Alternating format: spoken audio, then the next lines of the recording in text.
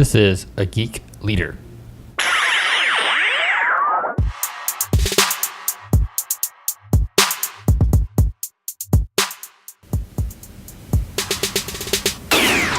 Hey guys, today I've got Jeff Roberts with me on the show. Jeff is the CIO at HFF, and he has been a CIO at different organizations and CTOs in the past, and he comes with a wealth of knowledge about leadership, about some of the things that you need to do in order to make the transition to be a CIO. He talks about some of the tips when you're starting a new role as a leader, how to listen, be a good coach, how to have your technical management proficiency, which is one thing that we talk a lot about, is about management, but not about all the things that go into that. But in this conversation with Jeff, we talk a lot about resource portfolio, communication, how to not be defensive, and how to listen to folks and not rush to make changes and decisions. Jeff has just so much information that he brings us, and this is a great episode with Jeff, so please give it up for Jeff Roberts. And we're live. I'm here today with Jeff Roberts. And Jeff, you are a CIO at HFF. Can you tell us a little bit about kind of how you got to that role and what is HFF and what do you do there? Sure. So HFF is a commercial real estate brokerage, and we have 26 offices across the U.S. and in London. And we help companies either purchase or sell large commercial properties or find financing for large commercial properties. So we're sort of a capital intermediary in that space between those who have the money and those who need the money for commercial real estate purposes. Interesting. In terms of how I got here, I've been here about 2.5 years. This is my 5th position as a CIO, and really most of that has been around financial services and real estate. I was located by a recruiter and given the opportunity to move here as their very first CIO really was an opportunity that I could not pass up. Interesting. So how has your experience been working with recruiters? We've had a couple of recruiters on the show to kind of talk about their side, and I haven't really talked to anybody about, as an executive, what is that experience like? Yeah, so when you're being hunted on that side of it, it is very different from, using a recruiter to try to find talent for the team. I find the ones that are the most successful, the ones that make me the most comfortable, really take the time to understand the culture fit and the specific challenges that an organization is facing to really help set the table and which helps put me in a position to succeed in the interview process. So, not all CIO roles are created equal. Not all IT management jobs of any kind are created equal. And so there's often those nuances about where they're coming from, what's not working well today, what is working well today. Nuances like at HFF, this being the very first time that they had named a CIO and combined what was multiple groups doing different IT functions into a single department. That's a very different dynamic, and so knowing that and knowing some of the history kind of positioned me to know how to go about the interview process. That's interesting you say that. I actually came from a place at one of my previous jobs where I was a manager, and we went through that same scenario where they hired their first CIO, and I was in a group actually called Computer Systems originally, and there was another group called Data Services, and then another group that was IT, and they kind of merged us all three together and put a CIO over that. That was the first time we actually had a single leadership in all of technology. And what was that experience like as far as being that person kind of new coming in there and having all these other groups? Because I know from my end it was kind of, we were scared. We were nervous. We didn't know what to expect with this new guy coming in, moving, migrating all the groups together. What was it like from your end? Sure. Yeah, it's a very daunting thing. So, when groups have been separate, they're separate for understandable reasons. The role of infrastructure is different from applications and operations. So, they're being measured on different things. They really think about their job in different ways. And so one of the things I wanted to make sure of is to come in and really listen and learn to start with. Because, as a company, they had made the decision that they really needed to unify. I did not want to come in and act like just right off the bat that I knew what we needed to do. There's a new sheriff in town, boys, and here's how it's going to be, and really risk, getting off on the wrong foot. For me, building that trust initially is key because I knew that we were going to need to change things. And when that time came, I wanted, particularly the management team, but really all the way down to the staff level, I wanted them to know me and to know where I was coming from and to know that when we were changing something, it was after taking the time to learn the context, to learn what was in place and why, and that it was a thoughtful process to then really combine everyone's feedback, not just what I think myself, to come up with where do we go from here. So roughly how long did it take to build that trust? Because I've had a few people that I've talked to that got into management, and they're like, oh, my team just doesn't trust me. And I always say, well, how long have you been there? And it's, 3 months. And I said, well, what have you done to earn that trust during that 3 months? What about you? What is your experience like? That's a great question. I think some people are quicker to give it than others. I want to answer something in the 3 to 6 month kind of timetable. I for sure purposefully did not do anything to reorganize, restructure, change major processes, etc. in the first 3 months. I was very much listen and learn, gather what I could. Certainly things came up that they wanted some advice. I was happy to give it, but to go in and say, okay, guys, I know you are used to operating in this way. I'm going to suggest we change it to this, and here's why. I purposefully waited until at least month 4, 5, 6. Mm-hmm. And in that initial period, I really made an effort to kind of unpack my thinking for them. So I took the leadership team in a conference room and gave them kind of a history of my leadership mistakes. I was very open about that. And I said, look, I've made this mistake. Talk about 2 ditches. I've been in the ditch that I'm far too much hands off, and I'm here to enable you, and you go get it. Tell me what you need to be successful. I've been in the ditch where I'm too much hands on and micromanaging, and maybe not delegating enough to the team. So I really want to find a balance of those things, and I talk about picking my spots for where I want to put my focus as a leader. And so really explaining a lot of that, my thought process, really asking a lot of questions when a decision needs to be made, and walking them through, okay, I'm thinking about this. Is there any risk we would have this kind of problem if we make this sort of decision? And in doing that, I think it got them comfortable with my thought process and my fairness, and realizing that I'm really going to make every effort. I'm not perfect at it, but they know my intention is to make every effort to listen to everyone I need to listen to before I make a decision, and that I really encourage people to share and even to disagree with me. Well, that's one of my big things. Please disagree with me. If I'm saying something that's stupid, help us all out. I don't want to say stupid things. Let's not go down some path that makes no sense if everyone else in the room, or if even one other person in the room knows that that's not the way to go. Then I want to know that, and caring enough and having enough confidence to speak up in a moment like that, I see as nothing but a positive thing, as long as it's professional. And welcoming that as a leader, and saying the very first things out of my mouth when someone disagrees with me is, thank you for saying that, and for maybe helping us avoid a problem. Let's talk through this. And just a combination of all of those things, I think, tends to build trust, and they get comfortable that they know how I'm going to go about things, and they settle down. Yeah, that's good. I think one of the things that I've noticed with I guess I don't want to say younger, but probably less mature leaders or people that are new into a leadership role is they kind of feel like they have to know the answers to things and they have to have a little bit of an ego. And I feel like what you just said there is you want to get rid of that ego and let people, comment and disagree with you. And I think that's a really powerful thing.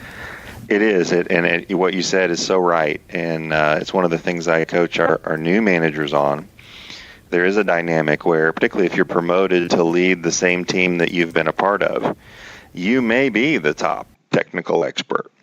But in terms of leadership, I like kind of a servant leadership sort of a model where, we're not riding the white horse coming in to take all the credit and give away all the blame and that sort of thing.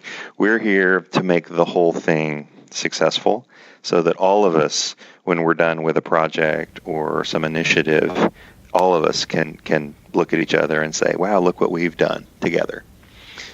So that humility, I think, is key. One of the books that I love to recommend is Jim Collins' Good to Great. And they talk about level 5 leadership in that book.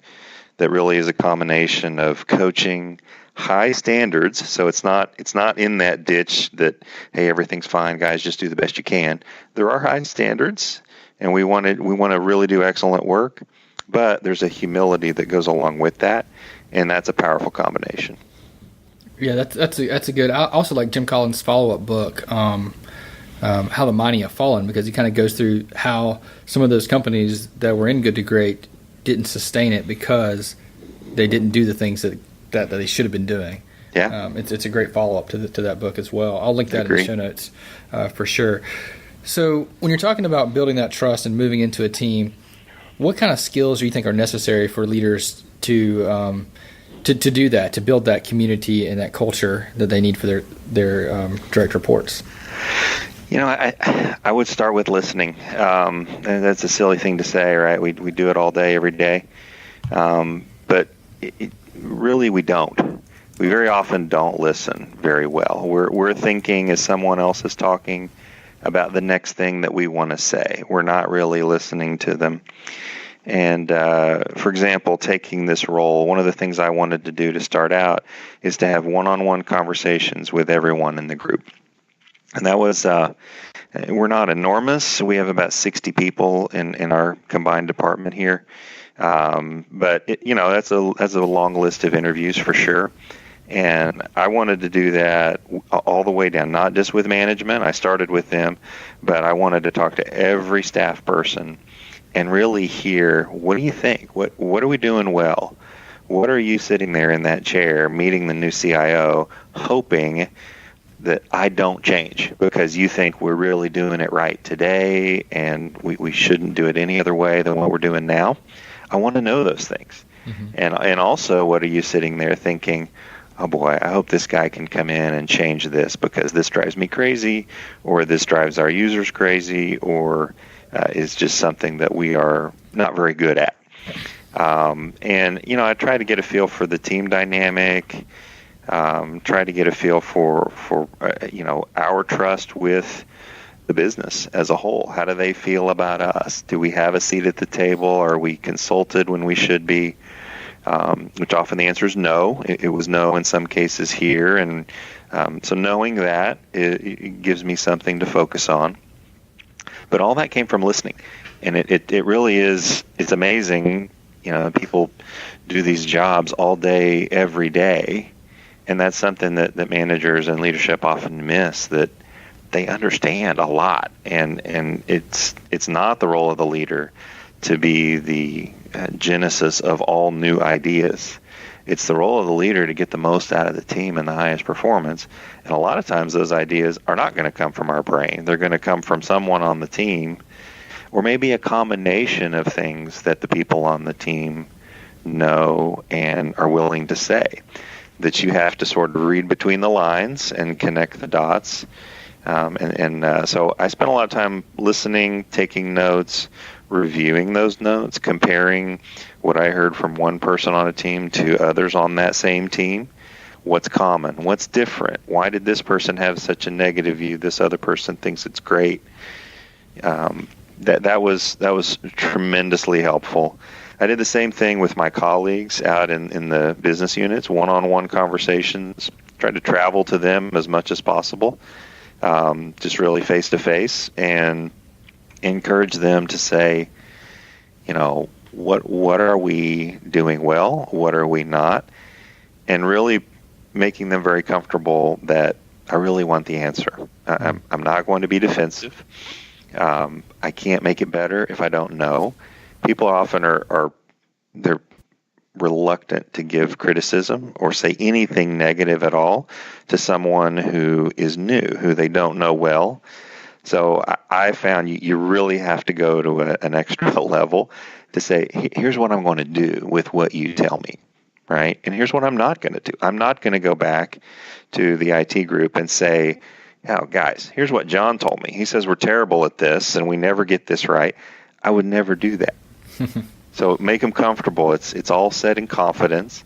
I file those things away. It's all to make me smarter and more capable to really improve things that need to be improved. So listening, number one. Coaching, I would say, is number two. Because inevitably, after that listening, there are going to be things that come out of those discussions that we're not as good as we need to be. Sometimes it's a skill gap that turns into a recruiting and budgeting exercise about headcount, and that's a certain kind of problem. But very often, I would say far more common than that, is a performance or a mindset difference between how someone thinks about their job and maybe how they should think about their job, or maybe inconsistencies of how people think. So you can have this dynamic where people are working really hard. I'll give you an example of something like standardization policies. So if someone in infrastructure thinks that their job is to standardize absolutely as much as possible so that we have uniformity across the inventory, so that when we're doing testing on new releases and patches, that we can have a confidence that those updates work for everyone, and we don't have this proliferation of different flavors of equipment, etc. Those are all good things, and they're reasonable things to want to go for. But what their real job is to empower the business, and sometimes that means a unique piece of hardware or something different is actually appropriate for a situation. So we have quite a few graphic designers in our firm, and just as one example, realizing that the platform we need for those people is very different, and maybe even a more powerful machine than we're giving to some of the higher ranking executives. Some people want to have a laptop that they dock when they're in the office. Some people want to run a desktop and then have a laptop that they take mobile, and they're willing to deal with the password syncing issues, etc. So I've found a lot that coaching of what do you think your job is? What's your thought process when you make decisions about saying yes or no to people? And one of my mantras is find a way to say yes, not a reason to say no. Because there often is. I mean, we can be the bureaucracy in IT sometimes, and sometimes we should be. And there are things that are audited. There are things that the cost control is really the number one priority, and we need to serve as the bureaucracy. There are a lot of other things, though, where we're enablers of what our companies are doing. And so, being willing to step away from the policy and the rigid kind of decision process, again, to listen, what are you trying to achieve? And, okay, we don't normally do this, but in your situation, given the unique need that you have, maybe we want to do this. Maybe you want to operate on an iPad rather than a laptop, even though the rest of our firm is on a laptop. Those kinds of conversations and just the mindset that we come at those things from is critical. So I would say listening and then coaching, and then there is a certain technical management proficiency of how do you run projects, how do you track a portfolio of projects, how do you think about resource allocation, how do you plan project timelines, manage expectations of all of the customers of those projects, communicate the status on a regular basis. There's a proficiency on those things that's very helpful depending on how large your shop is and how many things you have going. You may have people reporting to you that have those capabilities, but I find that like project management and portfolio management in particular are pretty useful. Yeah. And then it goes on from there. There's a budgeting component and so forth. The list could go on for a few hours if we really get down. Yeah. But I would start with those few top headlines. Okay, so going back to listening, I know I have 3 kids, and I know listening is not something that kids come out with. It's a skill that has to be learned. How can we, as leaders, stop jumping in and giving our opinions and actually take time to learn how to listen? That's great. There's a technique called active listening that I really like because it's a discipline for what your own brain is doing when someone else is talking. And the main thrust of it is, rather than thinking about what you want to say next, your goal when you're listening to someone speak is to try to be forming the best summary of that so that you can echo it back to them when they're done. And I find that is a very useful thing, just for me in my own mental habits when I'm listening to people. That is a fantastic one, and it's one, and it surprises you sometimes. You will kind of speak back a summary of what you think someone said, and you don't realize you're bringing your own spin, you're bringing your own kind of history and baggage and assumptions into that.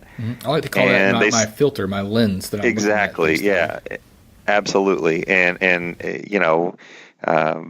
they'll sometimes say, no, I didn't mean that. I'm only saying this. You kind of went further than I was really intending in the summary.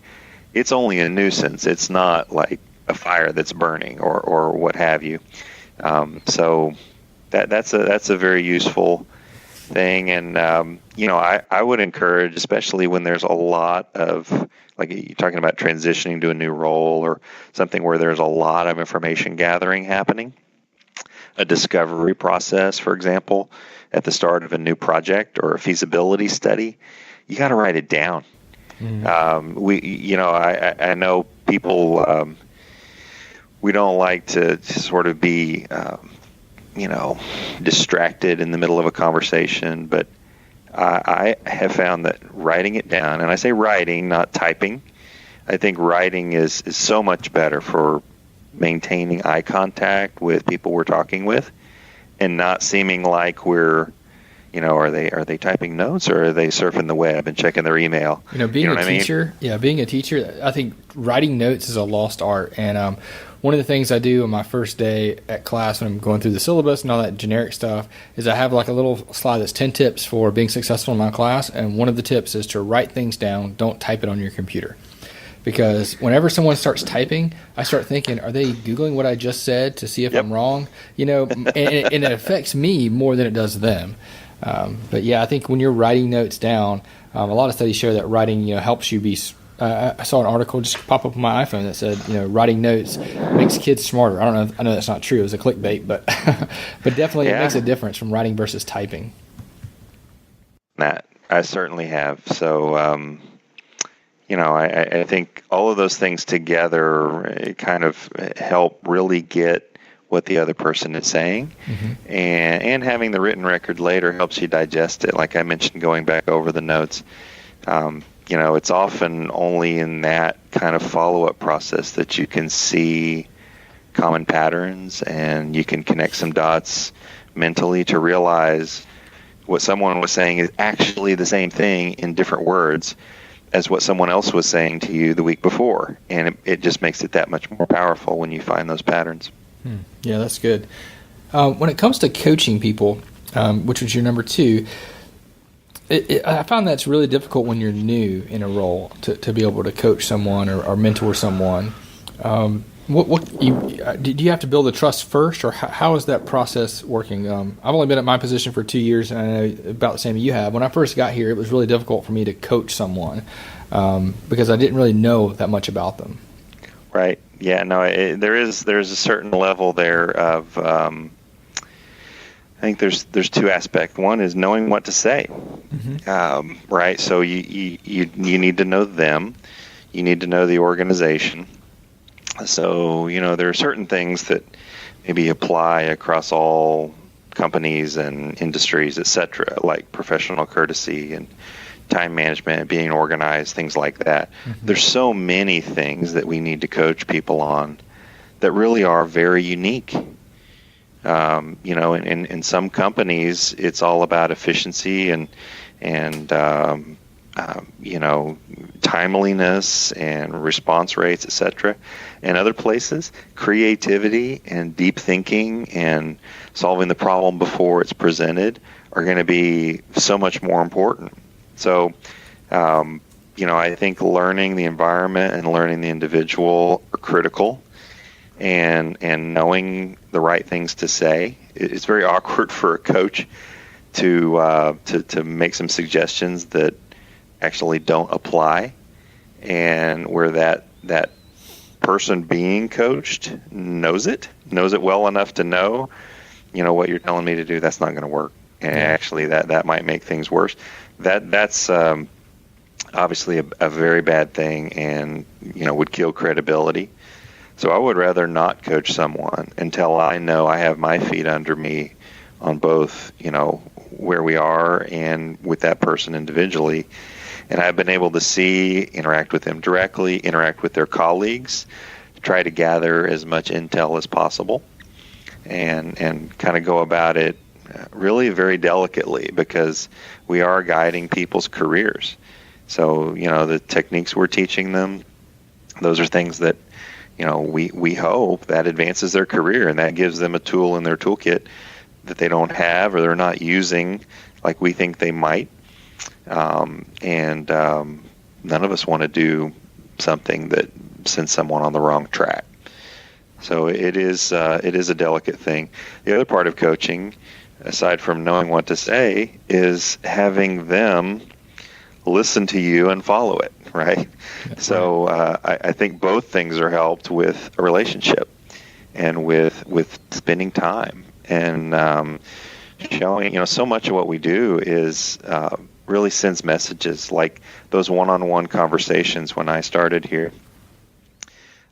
I wanted to do it because I really wanted to listen and hear what they had to say. But B, just doing it, the act of doing it and scheduling those things, I was told later that made such an impression that people were commenting like, wow, he's going to set up one-on-one meetings with every single one of us for like an hour.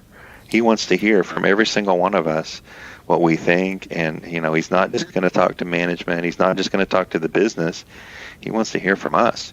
And so, all of that, building that relationship, building that trust, kind of positions that we know what to say and that they will listen and really take us seriously, that, we know where we're coming from.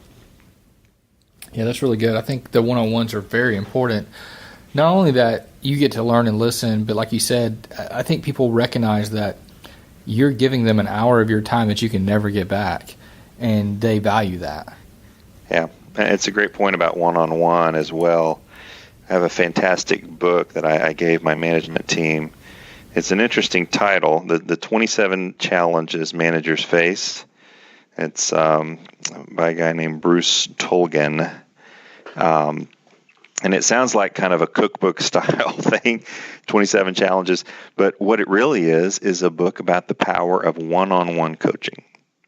Not, let's have a team meeting, let's have a staff meeting or a project meeting and talk about a bunch of things kind of publicly.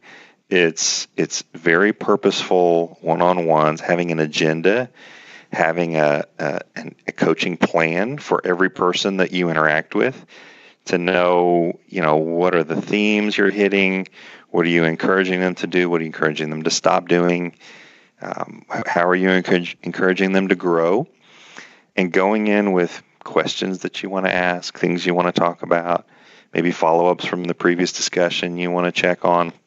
So that's a fantastic book. I would suggest anyone who's trying to think about coaching, particularly one-on-one, the power of that, I think, is underestimated by a lot of leaders. Yeah, I'm going to definitely check that book out. I know one-on-ones is one of the things that I struggled with when I first got into management. Actually, I didn't do them at first, partly because I never had a manager do it for me, so I wasn't really sure, that I needed to do it or the value of it. And I heard someone say, you really need to do one-on-one, so I started doing them, and I was doing them all wrong, obviously. But the thing that helps me the most now is I spend a few minutes before each one-on-one trying to get in the mindset of the person I'm about to have the one-on-one with. I try to think, what was their morning like? I think back, do they have kids? Do they have to get their kids ready for school? Was that a stressful time? What do they feel like coming in here? Are they nervous because they're late on a project? Or are things going really well with them? Are they excited? Are they wanting something? And I try to get my mind in that place before we start the one-on-one. Yeah, that's great. That's great. And I think in doing that, you send a message that you care about them as a person. That this is not coaching because you're a gear in my machine and I need to make sure I oil the gear and take care of it. You're a person, and yes, of course, we want to be successful at what we're trying to do, but the how question of how we do what we do, and what the skills are that you bring to the table to do what you do, all of those things are really about your career more than they are about some immediate project that you're working on. So I try to spend a lot of time kind of in that mindset of, ways to handle these problems generically, ways to go about these kinds of projects generically, so that people get the feeling like I'm really trying to empower them and teach them some things that will benefit them the rest of their career. Okay, good. So let's shift gears a little bit, and let's say that I'm an IT manager and I manage a web development team or a Java team or something like that, and I want to move my career forward and become a CIO. What are some of the things that I should be thinking about or working towards to get ready for that? It's a great question. It's one that I get a lot. I think the main thing to realize about the CIO role is it bridges multiple disciplines. So most people come up in their career either in an operational infrastructure kind of group, and they're promoted from help desk to sysadmins to network engineers or database administrators or what have you, or they come up in an applications sort of group where they're a BA or a developer or project manager, etc. One of the biggest challenges is crossing that divide, if you will, and getting exposure to the other side. So that's my number one advice. And I think recent trends in methodology, like the DevOps approaches, where there's a lot more collaboration between infrastructure and applications people, those are fantastic for really broadening the horizon of people on both sides of the aisle to understand a little bit of what it is on the other side. And infrastructure nowadays with, containerization and a lot of the initiatives there, it's becoming more like development than it ever has been. And with the cloud technologies and, infrastructure on demand and so forth, there's a lot more kind of at the fingertips of applications teams in the infrastructure world than ever before. So that's my number one advice, is get exposed to the other side of it, because being interviewed for a CIO position, you are probably going to be asked about everything that you're eventually responsible for. And sometimes you're going to be asked by very technical people, even people that you may end up managing. And they want to know, what are your technical chops? Do you know what you're talking about relative to a data center, relative to a custom data model, data integration project? And so, being able to know you're not going to be an expert at very much of that, except what you've done hands-on yourself. And back to the humility point, that's a good thing. You want to have, your groups and your staff far more expert at the specific things they do than you are. But having that B- level of understanding is critical, because you are oftentimes making plans on behalf of the group. You're at least judging, are things possible or not possible? And you don't want to have to continually go back and say, I don't know if that's possible. Let me check with the team. You need to have enough in your mind to answer those kinds of questions as a CIO. Which things are easy versus hard? Which things, would this be possible under our current security model and policies or not? Those kinds of things, it just very helpful kind of as a prerequisite knowledge for being a CIO. The other aspect besides crossing that bridge on the technical skill set is leadership. I think a lot of people, because we are technical in the IT realm, much more so than a lot of other disciplines, there's a sense that you're maybe just the top technical person in the company. And really, leading a team of IT people is leading a team of people. Just like leading a sales team or, a bunch of accountants or marketing people or any other discipline. People. And leading them, the difference between leading them well and leading them in a very mediocre way is huge. And sometimes actually can make the difference between make or break. So that there's definitely spent a lot of time on that, and all these things we're talking about with the leadership and the coaching and the listening, critical skills to succeed. The other thing I often counsel people is really learn your business. And this is where, like in my career, I've been primarily around financial services, specifically mortgages and real estate, pretty much my entire career, once I got into management at least, because there is a learning curve there that once you've climbed it and you can speak the language of your company and your leadership, you're immediately given a lot more credibility, and you're given a seat at the table much more frequently. That you're not just seen as that IT guy or that IT woman that, you're kind of marginalized to the side if they think of you as a technical widget person. But if they think of you as a business leader that happens to have some technical skills and is leading a group that's empowering the organization, that's a completely different view of that role. So, I certainly, I don't know as much as our business leadership does about how our business processes work, what our relationships are with all of our clients and all of that. But I've got to know enough about that I really can interact with them and strategize with them on those topics. Okay, well, that's good, because I was actually going to ask you why you stayed with the financial industry, but I guess that's the reason why, because you learned the business model. It is. It's kind of a virtuous cycle, because once you've gained that, I think I've had a couple of companies that were closed down, that we went through the financial crisis. It was a rough ride there for a while in our industry, for sure.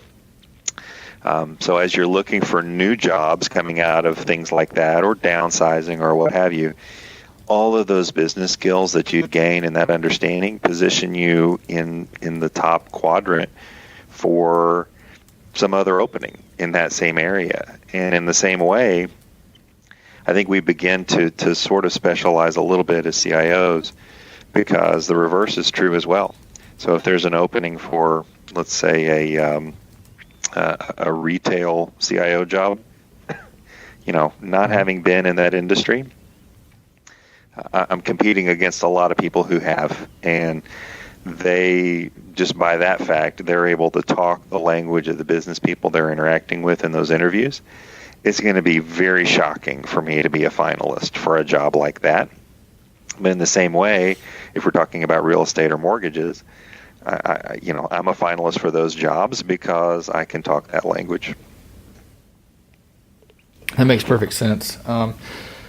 So we talked about listening, coaching, technical management proficiency, and then the things to get into that CIO role and crossing that gap between the technical skill sets. I think I may have been a little lucky there because I started out on the infrastructure side, and back before DevOps was DevOps, I had a director that actually saw some of the code that I was writing in order to do some of the things there, and thought, oh, you'd be good over here. Let's move you into development. So I kind of worked up that track too. Fantastic. Which was I got lucky really there. But let's say you're not in an organization like that, and let's say you are in infrastructure and you've been a systems admin, and there's no openings for development. How can we go about learning, to cross that chasm? Is it something we should just do on our own and with side projects, or go to conferences, or what is your recommendation?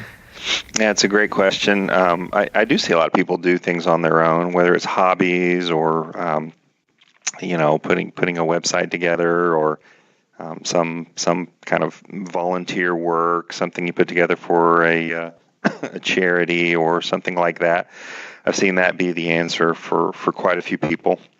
Some organizations make it easier than others.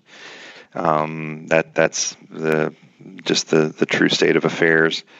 I would explore that first. Obviously, if you have a way to get real world, commercial world experience on both sides of the aisle, it's more relevant, it's more complicated and more real than what you would be doing as a hobby or for a charity that is probably just so grateful to have any help whatsoever that it's not exactly the same thing as a real commercial situation. Often what we do in terms of career progression involves moving between companies. Thinking very strategically about which jobs to apply for. When you go for a promotion, what is that promotion going to entail? I think that people who really set their sight on being a CIO should probably have a strategy about that and think very carefully about, if you take a series of roles that broadens your perspective and gets you exposed to different things, you're going to be much better positioned for the vetting process that comes along with CIO interviews, and again, right along with learning business rules, etc. The more you know, the better off you'll be, as opposed to a career track that is starts at a junior level whatever and goes to senior level whatever, and it's the same skill set the entire time. You're probably a ninja on that skill set, but you've just positioned yourself to be a technical expert, guru sort of career track, not a CIO. Gotcha. That's really good advice. Is there anything that you want to leave the folks with during this talk about leadership? Yeah, I think the only other thing that we haven't touched on that is a pretty critical part of what I do and think about every day is managing up. So managing expectations with leadership. I think that of all of the disciplines, if you think about all the departments in a company, IT is different from the others more than any other group. I think an accountant can really kind of understand theoretically what a marketing person does, what a salesperson does, what an operational person does. They can envision it in their mind, and likewise vice versa. But outside of IT, very few people have the ability to visualize what is the day of an IT person. And they have very little grasp of the specializations, very little grasp of how different the day is for a programmer versus a database administrator versus a help desk technician. Yeah. They think of all of us as sort of a a kind of homogeneous group in a soup of IT people, and somehow coming out of that, all of these things work and get turned on and upgraded, etc. So I think we got to really see that and understand that when you're interacting with senior leadership. There's a certain level where we have to simplify, what we're talking about. We have to talk in their language, talk about efficiencies, talk about, impact on the operation, margin, revenue opportunities. That's their language. So I try to talk in their language as much as possible. But there are things that are their infrastructure that are they're mandatory. There are things we have to upgrade. That in terms of business impact, what will happen is we will arrive back at the same exact capability set that we have today, maybe a little faster, maybe not, maybe a little cheaper, maybe not, but we have to do it because the old platform's no longer supported or some technical reason like that.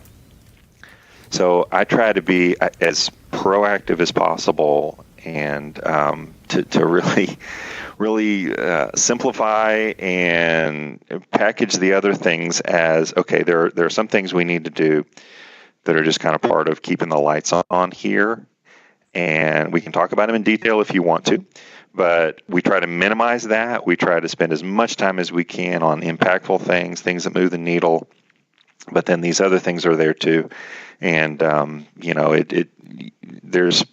it's another landscape area where trust is critical, because those things they're not going to understand, maybe not even going to see directly an impact from if we move data centers from one to another, some project like that. The goal is they don't notice anything. That's a hard kind of project to talk about with senior leadership. So trust is key. And so if you've built that trust in your interactions, and they get comfortable that you are thinking of things like they do, that you're a business person in an IT role, and that your focus is on margin and revenue and success of the company as a whole, and you're not just trying to play with new technical toys and become a country club research facility, I think a lot of those things go a long way. And with that trust, they'll say, okay, I don't understand a lot of what you just talked about, but we're going to approve doing it because you seem convinced that it's the right thing to do, and we believe what you say. And that really is the goal for every CIO to get to that point with their senior leadership. Yes. And it's a skill down through the org chart. I mean, that's a skill. There's a lot of interactions with business people at a director level, VP level, manager level, even a staff level. Those things happen, and I think talking in their language, that's good counsel for everyone in IT. Yeah, I think that's good. I think that's one of the things that we don't learn in college when we're getting a computer science degree is how do we speak the language of our customers or our colleagues. Very true. No, that's good stuff. So is there anything else you want to leave the folks with today before we call it a day? No, I've enjoyed the talk for sure. Appreciate the opportunity, and definitely hope that's been beneficial for some. Yeah, it's been great. Thank you so much. Great.